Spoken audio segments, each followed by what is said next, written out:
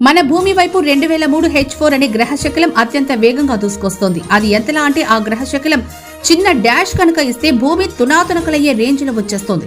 100 అంతస్తుల భవనం అంత ఎత్తు ఉండడంతో పాటు గంటకు 50,000 కిలోమీటర్ల వేగంతో ఈ గ్రహశకలం భూమి వైపు దూసుకొస్తోంది. అయితే అంత పెద్ద గ్రహశకలం భూమి వైపు రావడానికి మరింత దూరం లేదు.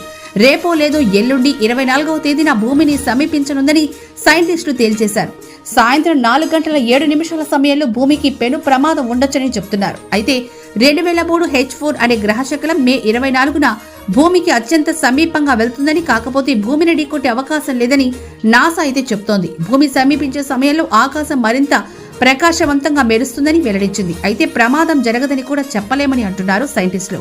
భూమికి అత్యంత సమీపంగా వచ్చిన నేపథ్యంలో భూమి ఆకర్షణ వలన ఆ గ్రహశకలం గతి మారి భూమిని ఢీకొట్టే అవకాశాన్ని కొట్టి పారేయలేమని చెప్తున్నారు. అందుకే మే 24 శుక్రవారం సాయంత్రం అలర్ట్ గా ఉండాలని హెచ్చరిస్తున్నారు.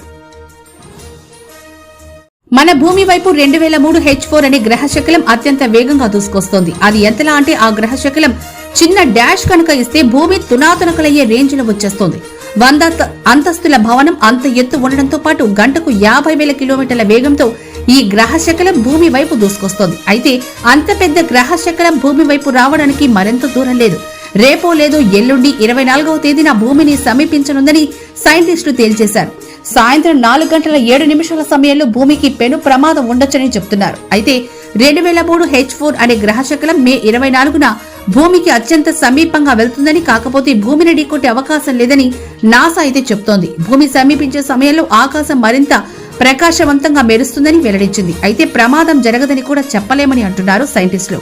భూమికి అత్యంత సమీపంగా వచ్చిన నేపథ్యంలో భూమి ఆకర్షణ వలన ఆ గ్రహశకలం గతి మారి భూమిని ఢీకొట్టే అవకాశాన్ని కొట్టి పారేయలేమని చెప్తున్నారు. అందుకే మే 24 శుక్రవారం సాయంత్రం అలర్ట్ గా ఉండాలని హెచ్చరిస్తున్నారు.